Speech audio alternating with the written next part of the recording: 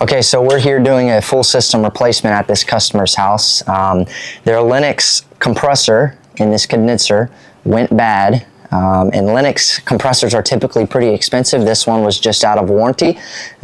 So we gave them the price to replace the compressor alone, and we gave them the price of the condenser and coil, and I gave them the price of the full system. In this case, the full system made the most sense. We can't just change outdoor units anymore. So for example, if this condenser coil had a leak and it was non-repairable, or this compressor went bad, we either need to repair those parts or do condenser and coil. We can't just do outdoor units anymore.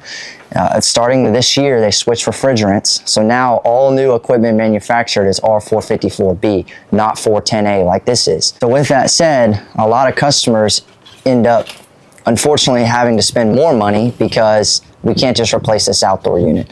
Now, the compressor was pretty expensive. Like it wouldn't have made sense to just throw in a compressor that in a 10-year-old unit that's already, you know, not great. I think this unit's already had 2 compressors in it. The furnace was 27 years old. So if we were to do condenser and coil with R454B equipment and the 27-year-old furnace, I mean, that doesn't make very much sense either.